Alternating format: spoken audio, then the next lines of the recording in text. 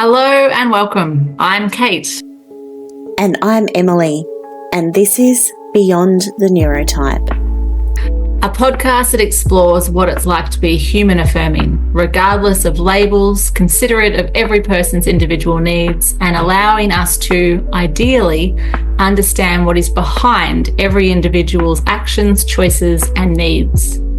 We do this with curiosity and love as we explore these individual and unique experiences that are rich with challenges, growth, and grace. I'm Kate, a mental health social worker and synergetic play therapist. I'm the co-founder of the Village Therapy Hub.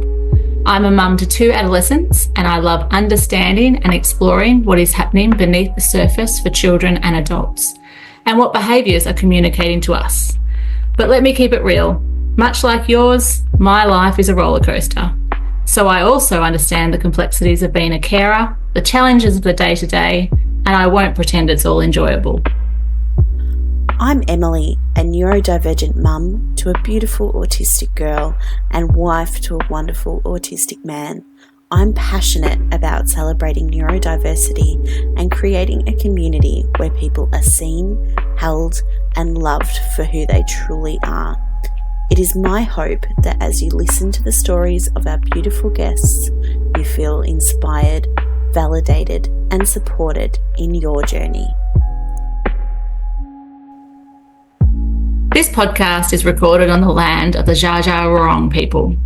We offer our heartfelt gratitude to the traditional custodians and elders, past, present, and emerging, for continued opportunities to learn, reflect, and grow.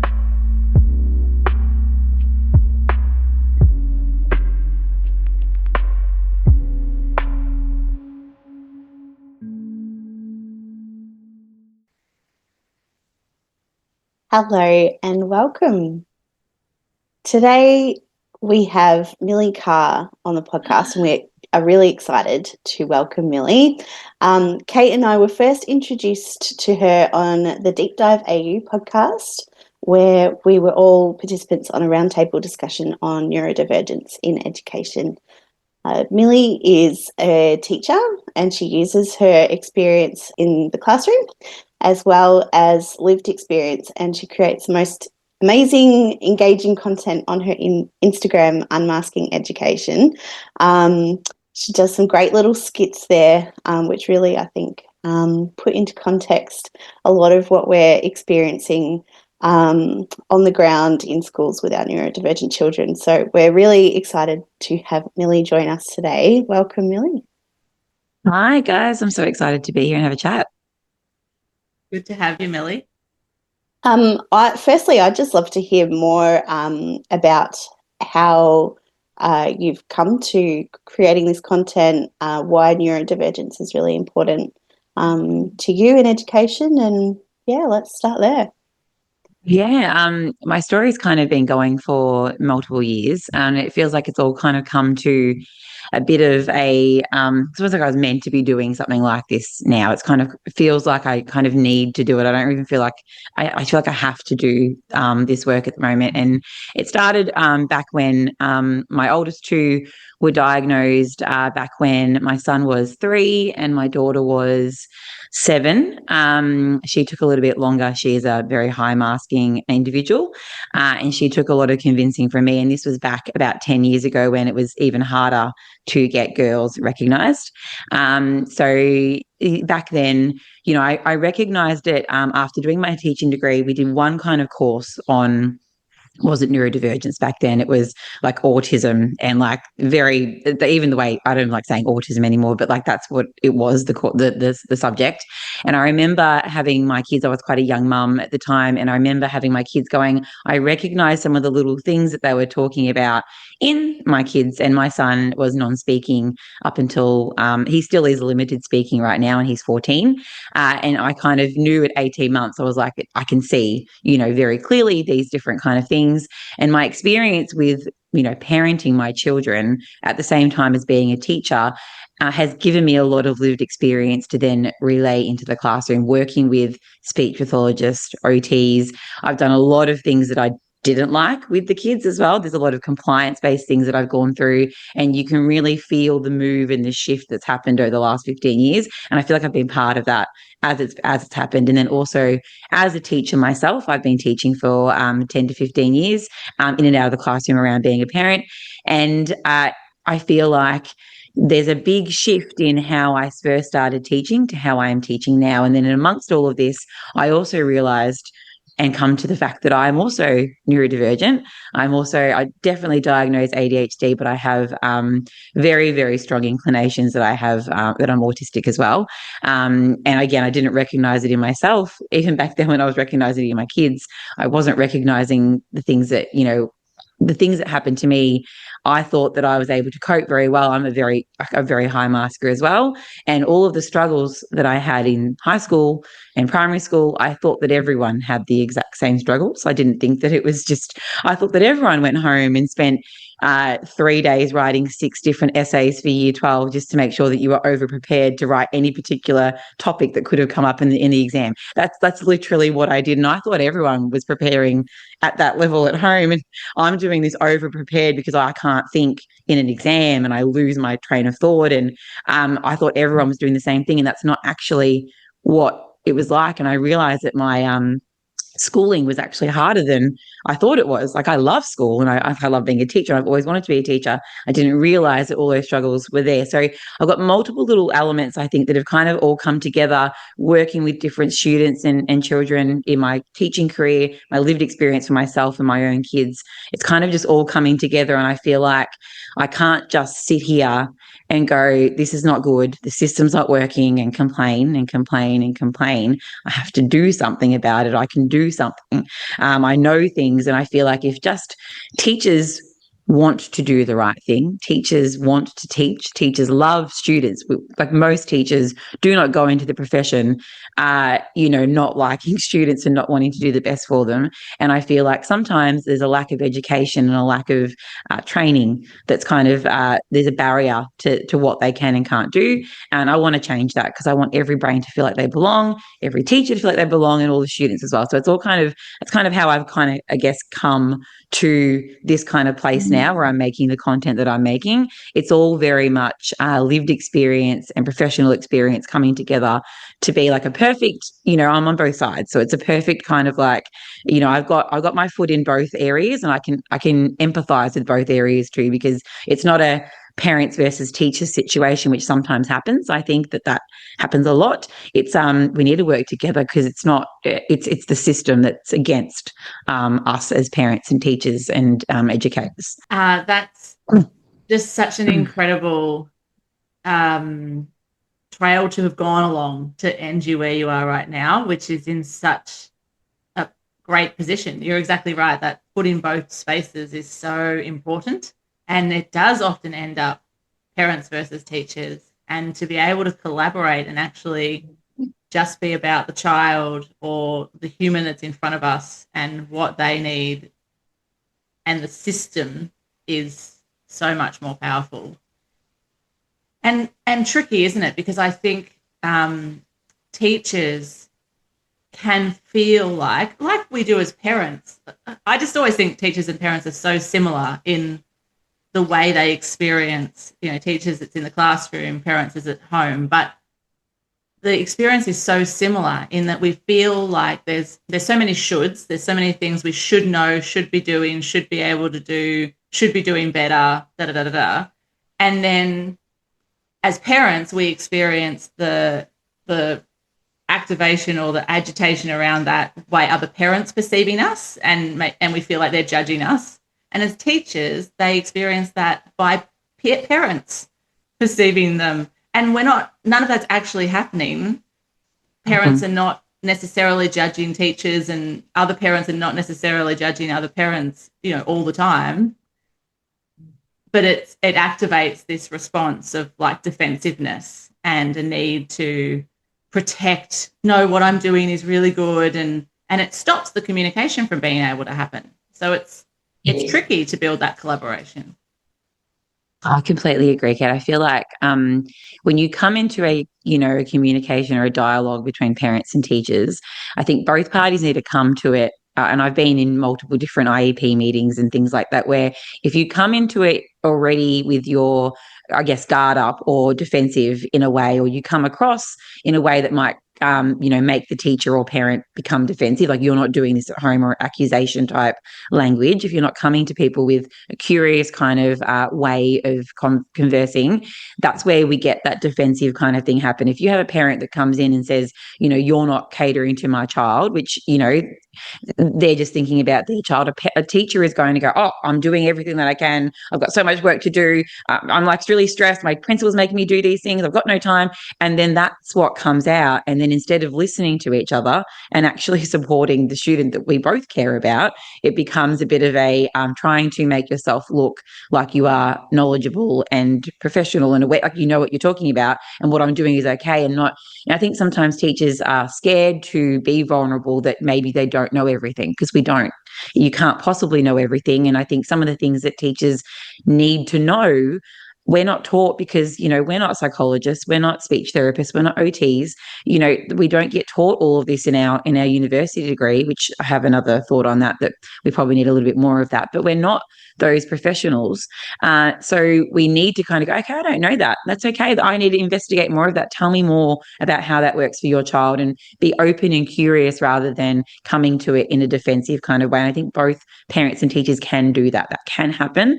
And that's when communication breaks down. That's where, you get kind of like, I've seen both sides. I've seen teachers talk about parents as in they're a difficult parent. You know what I mean? They're just trying to advocate for their child. I can see that. But teachers are going, they're a difficult parent. And then parents going, oh, this teacher is just like, doesn't care about my child. They're not doing our thing. They don't care. No one cares about anything. I've heard both narratives on both sides. And I think I don't think that that's not the case most of the time. There's obviously exceptions. There are different teachers in profession that, it's the same with all professions, but most of the time we all want the best for that student. And if we just kind of, step back, listen and be curious and acknowledge that maybe, and be vulnerable, and maybe we don't know everything on either side, and we listen, that's going to be the best for the student most of the time. Mm. Do you have any thoughts about how to shift the narrative? So, we're in a situation where a child is struggling. Parent and teacher have gone into that place of defensiveness, of wanting the other to be more responsible for what's happening. And we're not getting anywhere because that's where we're stuck. In your experience, do you have any thoughts about how we can shift that narrative, change it so that we can get on the same team and be able to work towards what that child actually needs?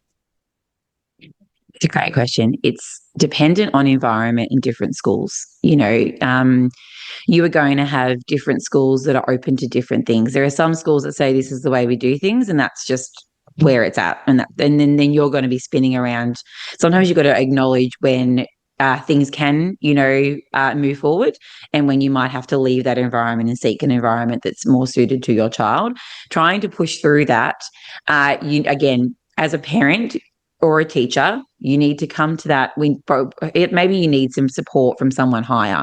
So maybe someone in leadership or something needs to come in and kind of mediate that conversation and make sure what you're saying there is, it's an accusation. We don't actually know that's true. Or, I'm hearing you. Let's try and put this in place for a week and then come back and touch base. You need someone on the outside that's going to be in this kind of place where they're open to the dialogue and listening. And some schools are really great with that. They'll have someone, a person in leadership that's, a well-being person that is able to have these kind of conversations and aware of all of these things. Some schools, I've spoken to parents where they've tried absolutely everything. They've contacted someone in leadership. They've had someone come in support them. They have brought in suggestions. They haven't accused. They've come in really, really nicely, and it's still just it's just there still is like a clash in what the school values and what the parents value. And you've got to find, I guess, the right environment for your child, because not all environments are suitable for your child, and you have to kind of seek out different educational environments. And there are options, around that you can kind of look into, but you might have to find a different school or a different option in environment if you're kind of at gridlock. Sometimes it's really hard when that trust is broken, and that's happened, that it might be best for your child to just kind of go to a different place. But most schools are open. If you come at them with some suggestions and ask for someone from leadership to mediate, that generally will help calm things down a little bit, because teachers get a little bit again defensive in the moment, and then kind of reflect and go, okay, I can give this a go. I can try. Change is hard for everyone, so I think it's about coming to people with really, really nice suggestions and really calm tone, and not accusing anything. It's just occurred to me, so interesting that this has just occurred to me, because I feel like I should have caught this a while ago. So, let's be really human about this. Sometimes it takes me a while to catch on. But I've had the experience over and over and over again where I've got a really well-meaning but very struggling parent who perhaps their child is involved with a number of services. And so they might even, before they've even started prep, the family might have asked for a meeting to discuss what this child's needs are going to be. Or they might do it in anticipation of the next year level or something. And then the parent, because of the place that they're in and the complexity that they feel and the weight that they're under, they often invite the other professionals to come along. And I have seen, and I'm just now realizing that may be too much for the teacher or the school, in terms of them feeling like ganged up on almost before anyone's even opened their mouth. And I'm wondering about how sometimes maybe we actually set off a response from the school and teacher with the best intentions. When parents do that, when they bring their entire team to a meeting, which, let's be real, that's costing them a lot of money. Like, if we were to actually stop and look around the table and be like, what's the output and expense here for the parents, not just in terms of cost, but in terms of the physical and emotional labor of getting that many professionals available at the same time. Like, that's not an easy thing either. But so the family to go to that effort are saying, just by bringing everyone, I can't hold this on my own. I feel out of my depth. I need lots of support. We're in a really tricky place.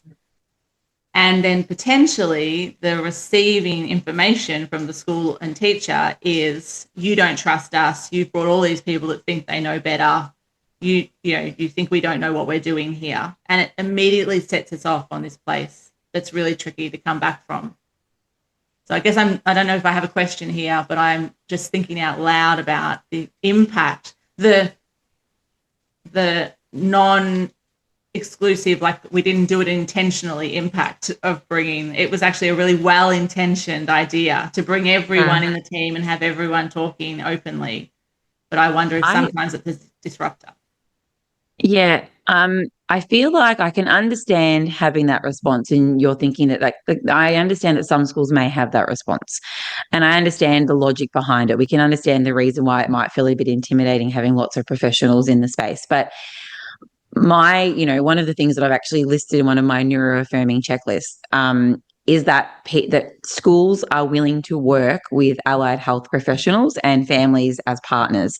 If you are not, so in Victoria we have SSG meetings, student support group meetings. We are the government encourage us to invite allied health professionals to that conversation. So I would be, if you were coming to me with a table full of, and I know, again, like you said, Kate, I understand the price that's cost to have that many professionals at the table to make sure that my child has got, everyone's voice, and we're able to create a really, really, comprehensive plan. I would be thinking that's fantastic. And that is because I am coming from a place that's very neuroaffirming in terms of the way my experience has been at schools. And my school is very much like that. But I know that there'd be other schools that would be then defensive and go, well, we know what we're doing. But you have to be, again, as an educator and as a teacher, you have to be, we don't know everything, and we are not we are not allied health professionals. I'm not a psychologist. I am not a speech therapist. I am not an OT. Yes, I have learned a lot over my years as a teacher. I've implemented different sensory things and, visuals and things that I've learned from allied health professionals. I've learnt this stuff from, and I've implemented in my classroom. And if you're not open to listening to those voices, you are not going to be able to create a neuroaffirming environment, and you're not going to be able to cater to the needs of the students in your class, or in a group setting like that when you're having a meeting, preparing for, the child's next year. You're not going to prepare the child, as best as you possibly can without having those voices in the room. So I would say that if school is coming to you like that, I would question if that, one, is the best environment. Two, I would actually question them. And I know that's very hard as a parent, but I would be like, these health professionals are integral to making my child, thrive. And if I don't have those voices in the room and I just go, I'm ignoring those, and you're ignoring those, then my child's not going to actually do the best that they possibly can. So I'd be very cautious of schools that are not able to accept those voices. The schools that I've worked at have, we have, in my school that I work at, we have got 2 speech pathologists on staff, 1 OT, and a psychologist. So literally, like, there every day. We have 4 different professionals. My school value those voices, and we have PDs and professional development around listening to their voices to help and bring them into the classroom. What can we do to help cater to, this need in the classroom? So if they don't have that and they don't work with good partnerships, that'd be a bit of a red flag for me in terms of, are they actually a really neuroaffirming school and actually going to be the best place for my child? I'll be very cautious sending my child to a school that would be completely not wanting any voices other than them. They're SAO professionals, but we work alongside other professionals to have a well-rounded conversation rather than just, we know what we're talking about because we're teachers. Yeah, that's definitely something I've experienced. And as soon as I've brought in just one, we had a multitude of, if you've got a child with a diagnosis of autism, you've got a pediatrician, you've got some kind of therapy, you've got likely an OT, possibly a speechy, so lots of other professionals. And then you've got these SSG meetings at school. And if you're struggling, you're also, if things aren't going particularly well, which we've had periods of, it's just so overwhelming as a parent, just navigating all of and I was finding I was like letting a lot of the communication slip between each of the siloed professionals and not telling my social worker what my OT had said, and so one of the team kind of made themselves like the designated responsible person to like forward the correspondence, and it was just amazing. And so I've brought them to a SSG before, and I could definitely got the sense that it was like, this defensiveness and the difference between the allied health professionals when we'd sat down a week before and had a meeting. Like it's just kind of very normal. Like, this is my lane, this is your lane. Let's share our knowledge and experiences. But at school, it seems, sometimes there is this like, they're bringing in the big guns because I'm doing something wrong. And it's like, no, I just need some. They're there to help, like, because exactly. I need the help. Yeah. Oh, Emily, I'm so sorry that's been, because you're not the first parent that I've heard from that's had this experience, which is why I find it quite baffling because, like I said, the environments that I've been in have not been that. So I've been very lucky to work in schools that have been very, and they're not perfect, but have been much more affirming than what I hear from other parents. I have parents that are emailing me saying very similar things that are, they're coming to these meetings like almost preparing to battle. And I'm just kind of sitting here going, it's not a battle. We want, I think teachers need to, again, be humble and vulnerable in the fact that we don't know everything. And maybe, this other health professional is going to help us learn something that will help this student, but it doesn't just help that student. Learning this then helps you cater to other students moving forward. And that's pretty much what has been my experience, working with allied health. I pick up things and go, wow, what a great idea. And then I go, learning things with my own student, like my own kids at home. And then I go forward and then trial it at school and go, this works at school too. Like this is working, I think that you pick up such great valuable information from they're professionals and they've done learning in that area. And it's really, really sad to hear that there are some schools that are so defensive that they cannot allow other voices that are not them to join the party, because that's what you really want to look for. That's the kind of school and environment that I want to see all schools be and move towards, which is why I guess this is part of the reason why I'm doing these things, because I can't understand. I think if educators potentially just, knew that they could it's okay to be vulnerable and not know something. It's okay to just because you're the teacher doesn't mean you have to know absolutely everything, and it's okay to learn and to constantly be learning. So that's what I want teachers to kind of take on. We're learning, and it's okay to not know these things. It's okay to have made these mistakes in the past as well. Acknowledging that we've made mistakes in the past and probably hurt students. I know I have. Now I'm in this place now, but I can tell you when I first started teaching, my classroom was not a neuroaffirming environment. It was not the best place for students to be. And I feel very guilty about that. But I think we've got to reflect and look back and go, okay, I'm learning. And, as long as you're continually learning, you acknowledge the things that you need to learn and you change things as we know things, that's what you're wanting to look for in a school. And hopefully, Emily, you find that, because I'm really sad that has been your experience in the past, because there are educators and schools out there that are doing this. Not as many as I'd love, though. I wonder too if it's coming from a place from the teacher or the school's perspective of they're going to have these unrealistic expectations of interventions or changes that we need to make, and I'm actually being squeezed here because my principal's saying I have to do this, the system, the curriculum, what have you. They're I can really empathize that they're probably feeling squeezed, and then they're going to have this bunch of professionals coming in and saying that they need to do X, Y, and Z, and how am I possibly going to actually make that work?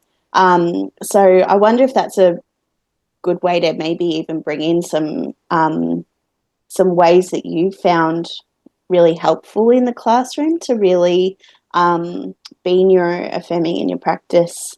And I suppose things that you've changed over time that you've seen a big difference for your neurodivergent students. Yeah, there's some really there's some key things, and I know that Shani talked about this when you had her on the podcast as well, about I think it comes back to having a bit more of a setting up the environment from the get-go to cater to all brains. And that's not what's happening. So it feels like one extra thing. Teachers are like, oh, this is just an extra thing. And if they're sitting there going, I've got, 10 diagnoses in my classroom, which is quite common now, I've got to do different things for all 10, but you don't have to do different things for all 10, because there are some things that actually work for so many different diagnoses, like offering choice and agency in how students sit, respond to tasks, how they engage with the task, what tasks they actually choose. All of that choice was one of those things for me. Choice and agency is one of those things that you can offer to everyone, and that's going to help anyone. It's going to help people with dyslexia diagnosis, ADHD, that are autistic. It's going to help a variety of people. So agency and choice for me is a really, really big one. And I feel like that's, for me, it's hard as a teacher, because you feel like you need to be in control. A lot of people that go into teaching like to feel like they're in control a little bit of the environment. So giving students choice and agency can feel a little bit like you're loosening the reins and a little bit scary for teachers. But doing so in a way where students have that choice and can choose, and not everyone has to sit down on the floor or listen in the same way, and acknowledging that is one of the first really big kind of things. Another one for me is the visual kind of element of the environment. That's something that teachers can control, what they have up on the walls and also what they provide for tasks. So if you are, explaining a task, you should probably, you need to have something visual as an anchor for students, and also giving them some kind of broken down steps to be able to follow. There are students that are sitting there that are not taking in what you're saying, your voice ever. They need to hook onto the visuals. They're also maybe listening but not actually taking it in, and then you go back. If you have a visual up there and you have steps broken down, another easy thing that you can do for absolutely everybody, this is like something that's there as an option for everybody. Students can go back, have a look, and refer back, and there's no like embarrassment involved in that either. Like it's known that, I have the visuals up there. If you need to go back and check on this, that's there for you, and you can say that to the students to go and get that. Or I have options of how you can respond to this task. So if tasks might be a little bit tricky for students, you can provide a variety of different, I guess, enabling and extending kind of activities within that without students really realizing. And then say, if you're finding this a bit tricky, come and grab this little visual here, and this little instruction is going to give you a bit of an option. But it doesn't feel like they're not doing well, because students can feel like they don't want to take those options because they feel like they are dumb or not smart or don't know what they're doing. So if that's kind of the norm all the time, there's this option, and this option. Choose which one you feel best suits you today, and then I can support you based on that. So visuals for me and the agency and choice are really two big ones. And my last one is building in the movement and the breaks and the sensory supports from the start. So thinking about who is my lesson not going to work for, and how can I actually make this more supportive for all people that might need movement, that might need, and building in breaks. And it's really important which breaks you choose as well. So some teachers just go, I'm going to put a brain break, and they, the kids are already a little bit heightened, and they go and do like a fun dance thing, and then they're extra heightened, and it sets them off completely. So you've got to choose the right break. So if the students are all really heightened and everyone's kind of like high energy is happening, you want to choose a brain break that's going to bring everyone down and calm everyone to transition to the next activity. If everyone's a bit tired and we're kind of like not wanting to move on, that's when you do a high energy dance on. That's when you do something fun with a ball. That's when you maybe go outside and run laps around the oval. Come back in, everyone's high, let's get started. So it's choosing the correct break, but planning for it. So I always, in my lessons, plan when is it going to happen. So we cannot have students, and I've seen this, and I've seen students sitting on the floor for 40 minutes, preps, 5 and 6 year olds sitting on the floor because the teacher is just talking and talking and talking and talking.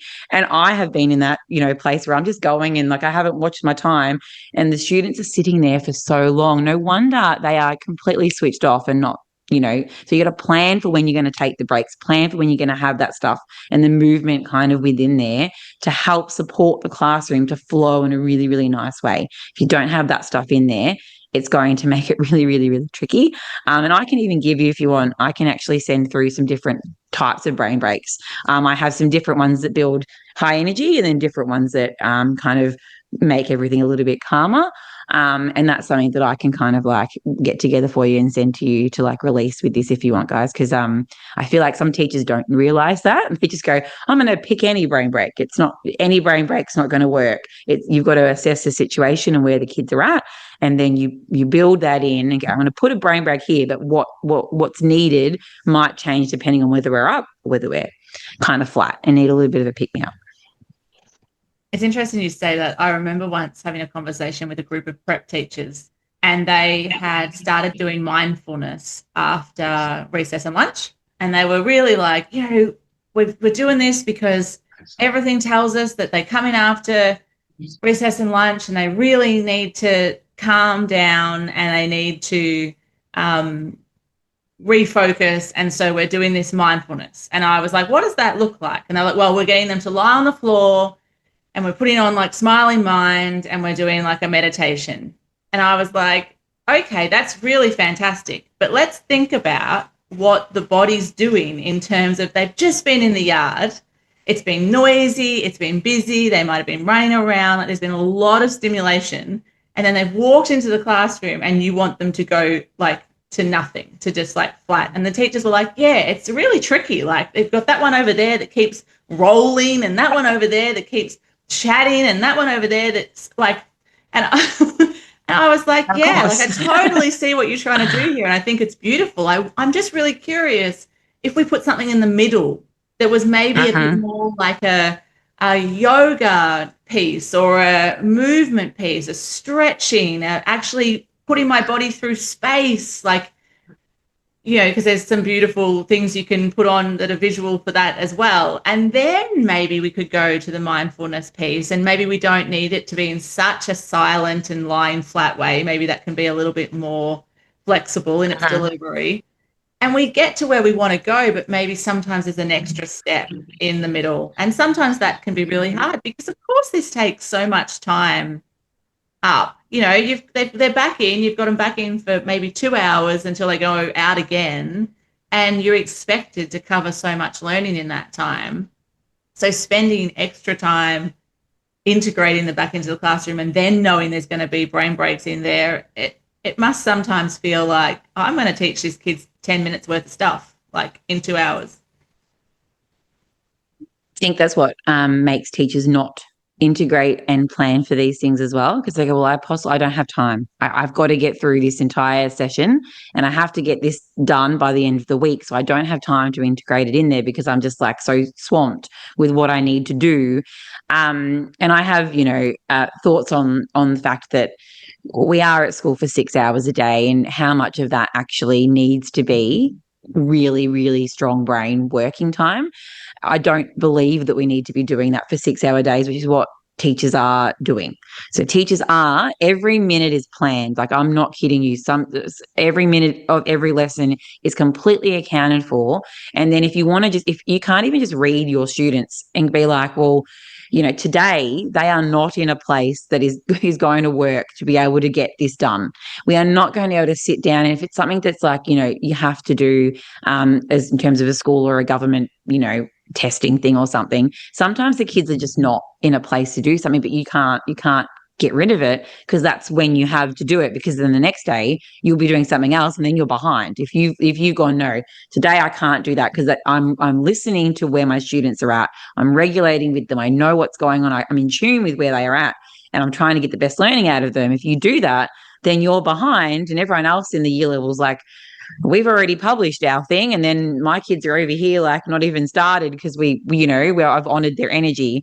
And I think that this is a bigger issue that teachers probably don't have as much control over, because they are the curriculum, and most schools have got planning. Planning is so elaborate and full on, and the curriculum is so elaborate and full on that teachers feel like they are constantly needing to keep moving on. And that is a bigger system, I guess, kind of issue, a bigger system issue. But what I would do, I'm trying to give you a bit of a practical kind of thing that teachers can take away from doing this, is that I would argue that if you don't build those regulation things in, you're going to have a class that in it, maybe it'll take a term to get to this point, but you're going to have a class that actually is struggling to do any of your work because you are not able to create that environment where they're safe, they're regulated, and regulated isn't just calm.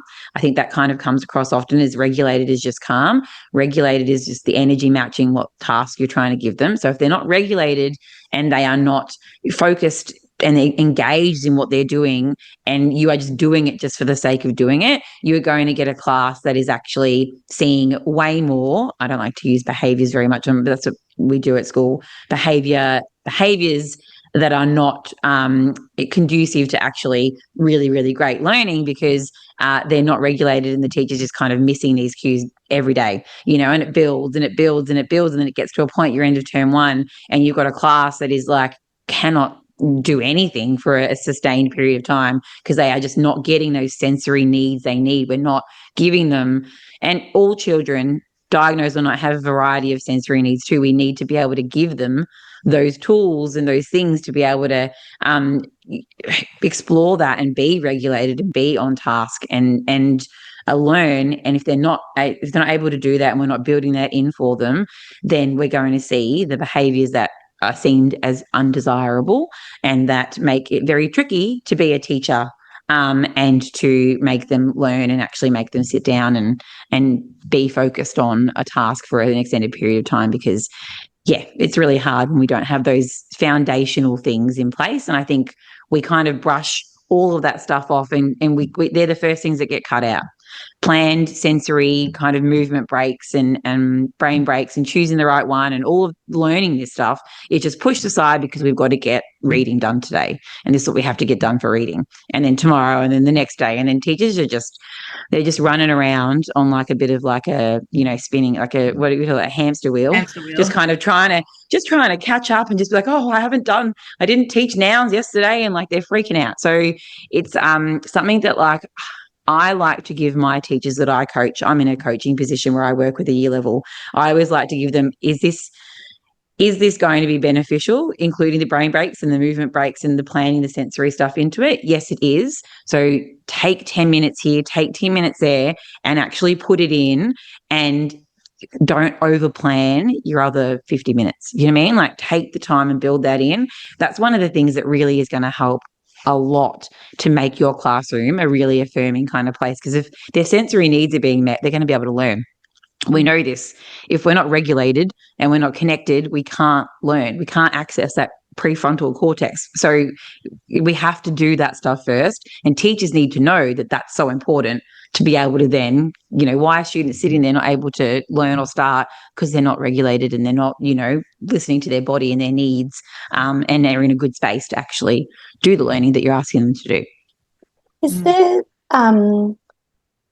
as you're talking particularly about the brain breaks and using movement, and I wonder what your thoughts are of even integrating that a little bit into the content of what you're teaching, if like you push for time. I'm not a teacher at all, but I'm just kind of reflecting on some of the things that stick out to me and I remember from school and some of my uni days and stuff where we were forced to create interpretive dances to represent like certain like with cell division and things like that, and there's things from high school that my friends from high school we still talk about, and it's related to those kind of silly, one friend had to like represent a praying mantis, and we still talk about a crazy interpretive dance for that, and it, I suppose that silliness and that levity of it, but also it ingrains the content. And I wonder if that's something that you see a little bit, or if there's a place for that. Like I said, no, I'm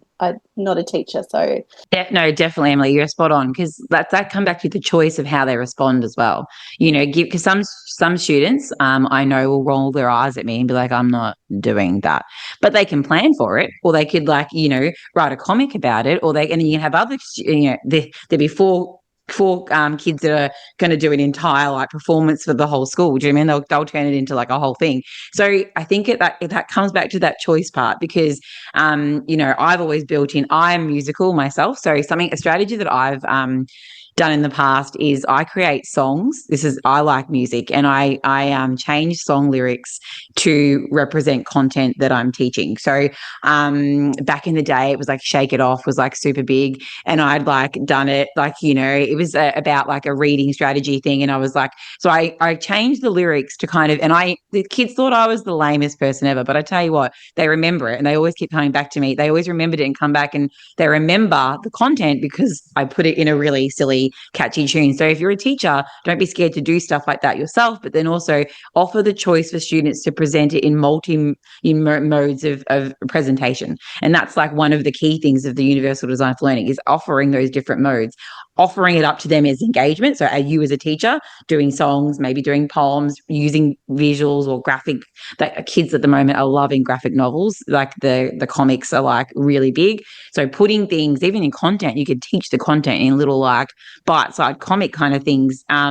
So presenting them the information like that, but then also allowing them to come back to you with their awareness of the information in a choice that's like that. That's spot on, Emily. And like you said, it makes you remember things more, and the engagement level goes through the roof when they have, if there are kids that love dancing and love singing, and they're giving an opportunity to do that, they are going to be so much more engaged. You're not going to have the kids sitting and go, I don't want to do it. If everyone's made to write the same thing, it's not going to actually, there are going to be so many kids that are not engaged. There'll be some kids that'll do it just because they have to. That was me. There'll be some kids that will actually want to write.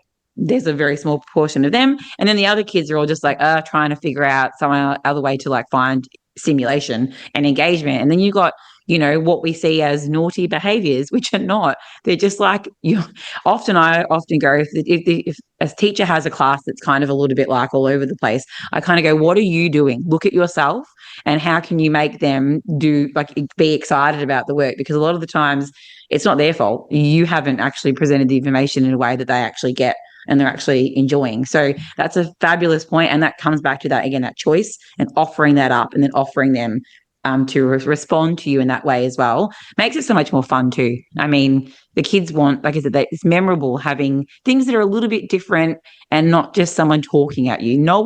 I don't know anyone as an adult even that will sit there and listen to people talking without something else, to stimulate them. I struggle to listen to, I will zone out after a certain period of time if I'm just being talked at with nothing else to go along with it, or nothing to, stop me and make me work with a little group for a bit, or, we need that stuff. So I think planning for that, and teachers can easily plan for and the kids can go and do it themselves. Just give them the option and let them, you'd be surprised what amazing stuff that they can do in their brains when they're engaged and excited, what they'll present to. And you go, wow, I didn't think of presenting it in that way. I would not have even given that as an option, but they've gone and said, can I do it like this? Of course you can. You can present it however you want, as long as you present the information to me. I don't care how. I want to see what you know, but I don't actually care how you give it to me. If you allow that in your class, and some people are scared of that because it does, it's tricky to monitor 7 different things sometimes. Like, you've got the kids over there doing a dance, and the kids over here writing, and the kids that are drawing a comic. It is tricky to monitor, but it's worth it. And you can then become a coach that goes in and out, gives them little tidbits and lets them go and lets them engage in their own way.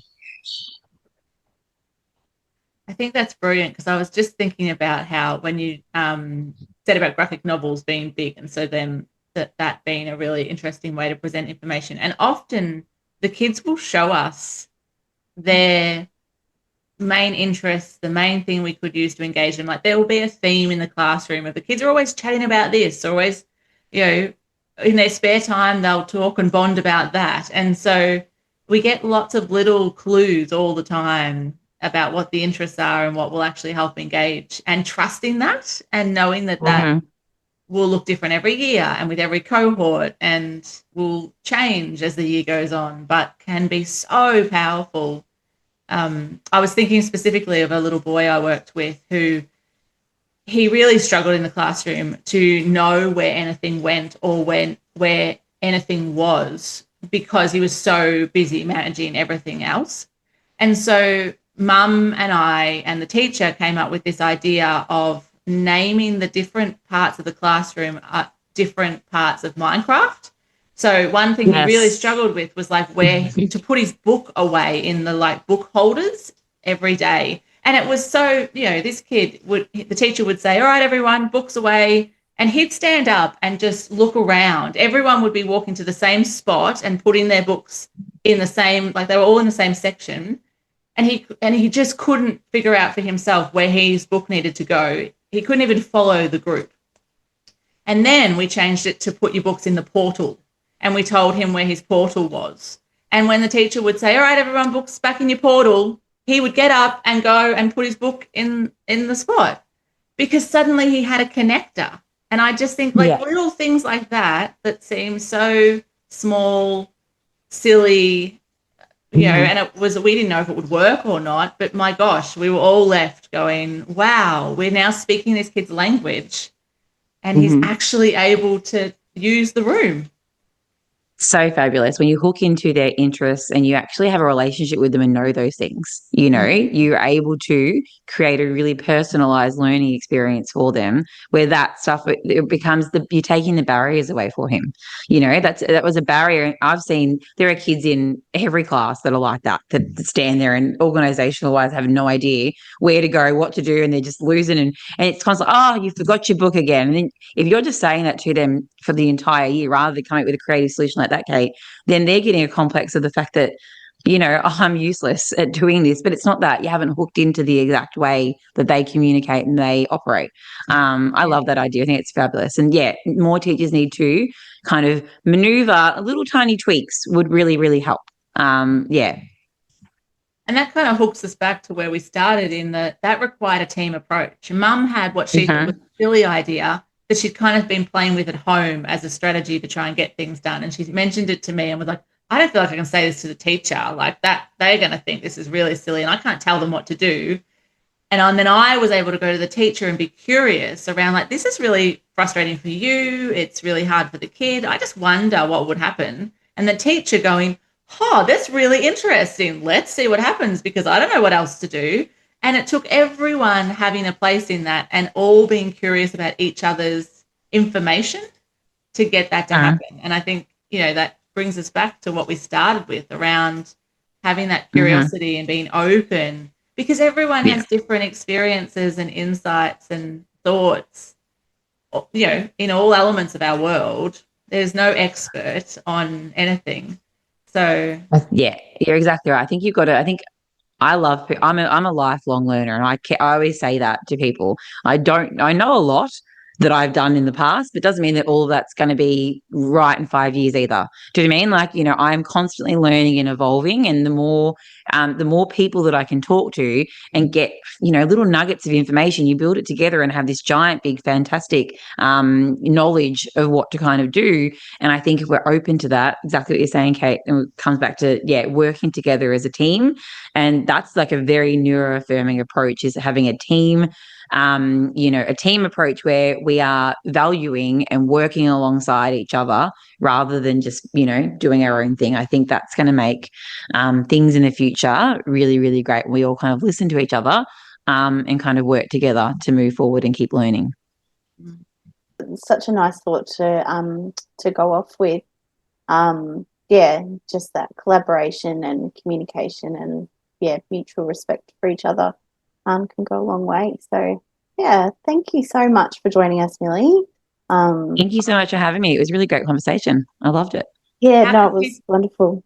I want to know how people can find Millie. I know I agree, you're doing some fantastic little reels on Instagram at the moment. They're very it's so funny how Instagram works because, I've been doing educational stuff for like a little while, and then I all of a sudden decided to do a funny reel with my son's Spider-Man phone, and all of a sudden that's the one that got the most traction, a little satire video with the Spider-Man phone. So I'm asking.education on Instagram, and then I also have a website, imaskingeducation.com.au.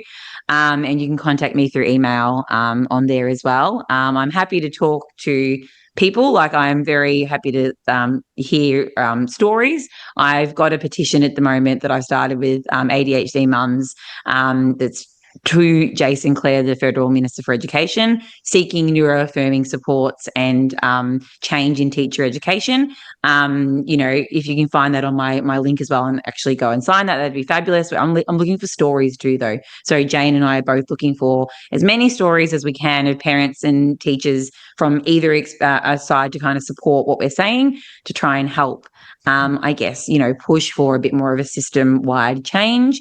We have inclusion policies, but we don't really have inclusion happening on the ground. So, I love some support with that, but you can find me in all those different places and help support the petition. That'd be really fabulous too. Yeah, we'll pop a link in the show notes and on our Facebook. So check that out. Awesome. Thanks, Millie. It's great work you're doing because we all experience the things, and then to have someone that's taking that and actioning it and doing a bigger piece with it is really powerful. So thanks. Thank you so much, guys. Thank you. For more information on today's conversation and guest, head to the links provided in the description. Please like and subscribe to keep up to date with more content, and it helps us out with the algorithm too. Beyond the Neurotype is not a licensed medical or mental health service, and any information or advice given is general in nature. Please seek professional help if anything mentioned in today's episode has raised questions or concerns.